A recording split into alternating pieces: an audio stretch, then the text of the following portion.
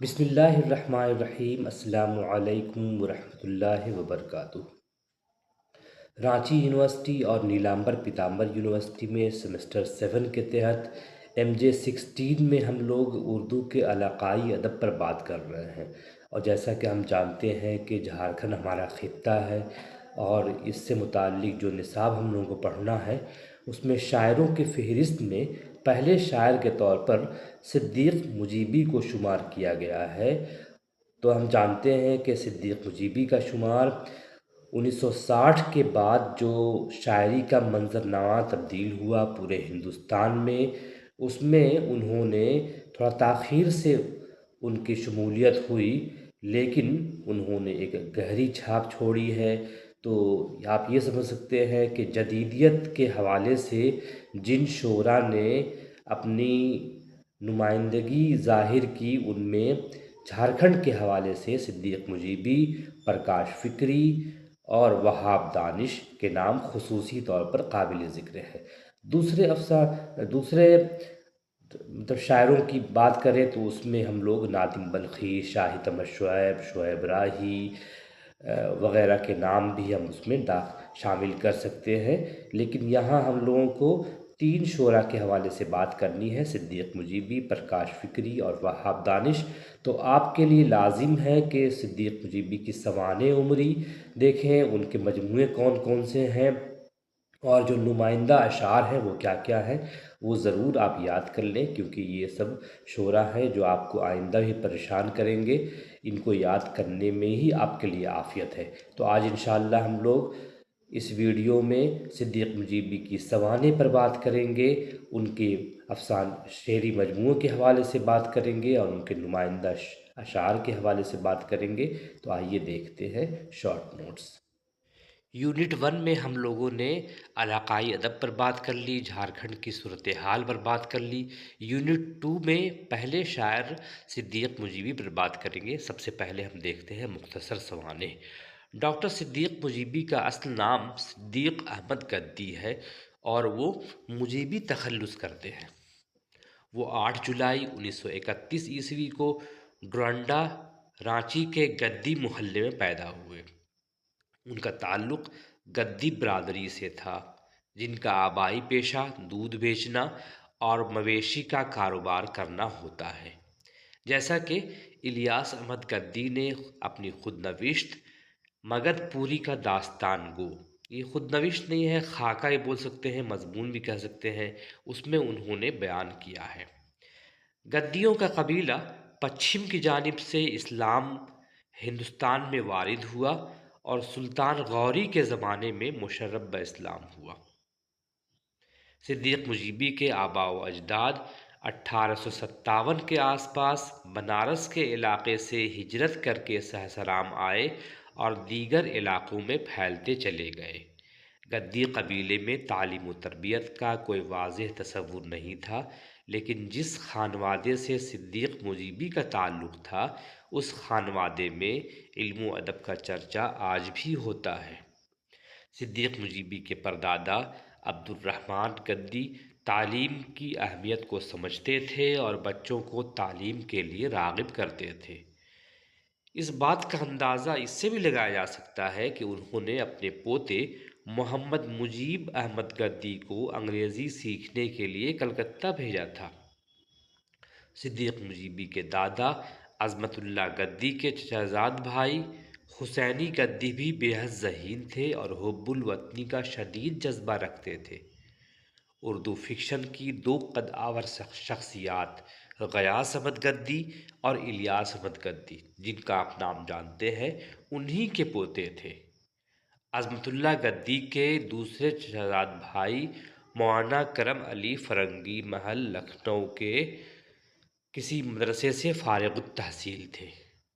مطلب اس سے آپ اندازہ لگا سکتے ہیں کہ ان کے یہاں مویشی پالنے کے علاوہ تعلیم و تربیت پر بھی خاص توجہ دی جاتی تھی۔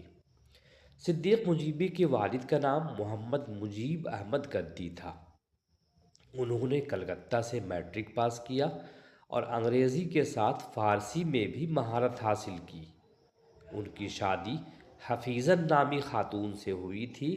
ایک لڑکا پیدا ہوا جس کا بچپن میں انتقال ہو گیا، جس کی وجہ سے ماں کو شدید صدمہ پہنچا۔ اس کے بعد ایک بیٹی پیدا ہوئی، لیکن ان کی خواہش تھی کہ ایک لڑکا ہو جائے، جو آج کے سماج میں بھی رائج ہے، جبکہ میرا ذاتی خیال ہے کہ لڑکی زیادہ بہتر ہوتی ہے لڑکوں سے فرمان برداری کے معاملے میں، پڑھائی لکھائی کے معاملے میں۔ یہ میری بات ہے۔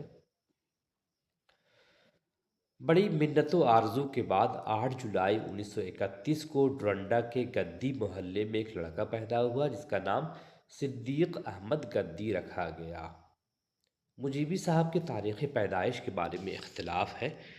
پلسرات جو ان کا دوسرا شعری مجموعہ ہے، اس کے مقدمے میں ان کے بیٹے بابر مجیبی نے 7 جولائی 1931 لکھا ہے، اور ان کے ایک شاگرد عزیز ہیں پروفیسر سرور ساجد، انہوں نے ایک کتاب لکھی سرمایہ غزل، اس میں انہوں نے 8 اگست 1931 کی تاریخ لکھی ہے، جبکہ انہوں نے خود ڈاکٹر تسلیم عارف کو دیے گئے انٹرویو میں انہوں نے کہا ہے کہ 8 جولائی 1931 ہے۔ پروفیسر وہاب اشرفی کی تاریخ ادب اردو میں 8 جولائی 1931 ہے۔ اسی لیے زیادہ قرین قیاس معلوم ہوتا ہے کہ 7 یا 8 جولائی 1931 کو وہ پیدا ہوئے۔ جب صدیق مجیبی کی پیدائش ہوئی تو وہ کافی خوبصورت اور تندرست تھے۔ بچے کی ولادت کی خوشی میں برادری میں جشن منایا گیا۔ ایک فقیر کی پیشن گوئی کو مد نظر رکھتے ہوئے بچہ کو الہ آباد کے رہنے والے ملٹری ملازم کے یہاں منتقل کرنا پڑا، جو رانچی ہی میں تھے، جبکہ ان کی ماں ایک منٹ کے لیے بھی خود سے جدا نہیں ہونے دے رہی تھی۔ پھر بھی توہمات کو مد نظر رکھتے ہوئے آج کل جو ہے، یا داستانوں میں جو قصے آپ نے سنے ہیں بے نظیر وغیرہ کا، اسی سے متاثر ہمیں لگ رہا ہے۔ 1.5 سال تک وہ صدیق صاحب کو صابر صاحب کے یہاں رہنا پڑا، جس کی وجہ سے ان کی اردو اچھی ہو گئی۔ 5 برس کی عمر میں بسم اللہ کی تقریب بڑی دھوم دھام سے ہوئی۔ اس کے بعد ان کا داخلہ گھسیٹ صاحب کے مدرسے میں داخل کرایا گیا۔ بعد میں ان کا داخلہ سینٹ پال اسکول چرچوڑ میں کرایا گیا۔ وہیں ان کی ملاقات اردو کے استاد الاساتذہ کہہ سکتے ہیں مولانا ارشاد حسین بیتاب سے ہوئی، جس کی وجہ سے انہوں نے لکھنا پڑھنا سیکھا، ان کے اندر ادب کا ذوق پیدا ہوا۔ ارشاد حسین بیتاب صاحب اتنے بڑے شاعر کے طور پر مقبول نہیں ہوئے، لیکن انہوں نے ایک اچھے خاصے جنریشن کی آبیاری کی ہے۔ اچھے خاصے لوگ ان سے فائدہ اٹھایا ہے، اور سب لوگ نام لیتے ہیں کہ ارشاد حسین بیتاب، جبکہ وہ اسکول میں ٹیچر تھے، پھر بھی ان کی خدمات کو ہم نظر انداز نہیں کر سکتے۔ اللہ انہیں غریق رحمت کرے۔ مولانا نے ان کی تعلیم و تربیت میں کوئی کسر نہیں چھوڑی، کیونکہ مجیبی صاحب کے والد سے ان کے گہرے مراسم تھے۔ یہیں سے مجیبی صاحب کے اندر شعر گوئی کا شوق پیدا ہوا۔ ڈرنڈا حضرت قطب الدین رسالدار کے مزار پر سالانہ عرس اور قوالی کا رواج تھا، جو سلسلہ آج بھی موجود ہے۔ ان قوالیوں سے صدیق مجیبی بہت متاثر تھے۔ اس وقت بہزاد لکھنوی اور سیماب اکبر آبادی کی غزلیں، حالی کی مسدس، اقبال کی نظم شکوہ جواب شکوہ کی بڑی دھوم تھی۔ اس ماحول میں ان کے دل و دماغ پر گہرے اثرات مرتب کیے، اور ان کا ذہن قوالی گانے کی طرف راغب ہو گیا۔ وہ شاعری کی طرف بھی متوجہ ہوئے۔ BA کے زمانے میں اختر پیامی، کلام حیدری، انور عظیم، شکیل الرحمن، یوسف امام، وحید الحسن، بقاء اللہ جیسے دوستوں کی صحبت میسر آئی۔ 1955 میں وہ ایک امریکی کمپنی تھی ٹسکو جمشید پور میں، اس میں چیف انویسٹیگیٹر کے عہدے پر فائز ہوئے۔ 1961 میں کمپنی سے استعفیٰ دے کر بریلی چلے گئے، وہاں سینتھیٹک ربر پلانٹ میں سیفٹی آفیسر کے طور پر ملازمت کی، اور پھر 1964-65 میں بریلی سے بمبئی چلے گئے۔ پہلے 5 اسٹار کمپنی اور بعد میں اٹامک پاور اسٹیشن میں چیف ہوئے، لیکن یہ کمپنی بیرون ملک منتقل ہو گئی، اور صدیق مجیبی صاحب بیرون جانا نہیں چاہتے تھے، لہٰذا وہ رانچی واپس آ گئے۔ جب وہ رانچی واپس آئے تو یہاں پہ ادب کا منظرنامہ بدل چکا تھا۔ وہاب دانش اور پرکاش فکری جدیدیت کے لیے اپنی پہچان بنا چکے تھے۔ اور پھر وہاں انہوں نے اپنی زندگی کا آغاز کیا دوبارے سے۔ یہاں آ کر انہوں نے ایم اے کیا۔ جس دن ایم اے کا امتحان تھا، ان کی بقول مجیبی صاحب ان کی اہلیہ کا انتقال ہو گیا، لیکن انہوں نے امتحان دیا۔ اس کے بعد 1978 میں انہوں نے ایس ایس میموریل کالج سے منسلک ہو گئے، پھر رانچی کالج آئے۔ اسی زمانے میں انہوں نے پی ایچ ڈی کرنے کا ارادہ کیا۔ اختر اورینوی کی کتاب تھی بہار میں اردو زبان و ادب کا ارتقاء، اس سے متاثر ہو کر انہوں نے چھوٹا ناگپور میں اردو زبان و ادب کا ارتقاء کے حوالے سے 1981 میں پروفیسر شین صاحب کی انڈر میں پی ایچ ڈی کی۔ 1983 میں پی ایچ ڈی ڈگری تفویض ہوئی۔ اس کے بعد 84 میں ان کا رانچی کالج میں تقرری ان کی ہوئی۔ 1991 میں سبکدوش ہوئے۔ 21ویں صدی کی پہلی دہائی میں ان کو ہارٹ اٹیک آیا، تو پھر انہیں آئی سی یو میں داخل کرا گیا۔ حالات نہ سدھرے تو انہوں نے ڈاکٹروں نے اپولو ریفر کیا، لیکن دوبارہ جو اٹیک آیا تو 6 مارچ 2014 کو وہ اس دنیا سے چلے گئے۔ اب آتے ہیں ادبی خدمات۔ صدیق مجیبی کا پہلا شعری مجموعہ شجر ممنوعہ کے نام سے 1996 میں جابر حسین کی کوششوں سے اردو مرکز عظیم آباد سے شائع ہوا۔ اس کے مرتب تھے جابر حسین،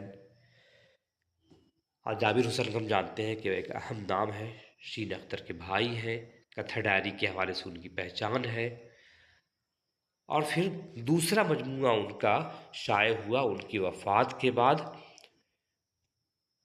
ان کے چھوٹے بیٹے نے ترتیب دیا 2015 میں۔ اس میں بھی 100 غزلیں ہیں، اس میں بھی 100 غزلیں ہیں۔ ان کو کئی ایوارڈ سے نوازا گیا، جن کی یہاں ضرورت نہیں ہے۔ 2 کتابیں ہیں جس سے آپ مستفید ہو سکتے ہیں۔ پل صراط کے آگے، اس کا جو مقدمہ ہے، اس میں کچھ ان کی زندگی کے بارے میں باتیں ملیں گی، اور دوسری کتاب ہے سرمایہ غزل پروفیسر سرور ساجد کی۔ اس کتاب میں بھی کچھ چیزیں ان کو ملیں گی، آپ کو مل سکتی ہیں، لیکن یہ چیز کافی ہے۔ آپ پیدائش، وفات اور 2 شعری مجموعے کب چھپے، کہاں چھپے، اور پھر کچھ غزلیں اگر ہیں تو وہ آپ کر سکتے ہیں۔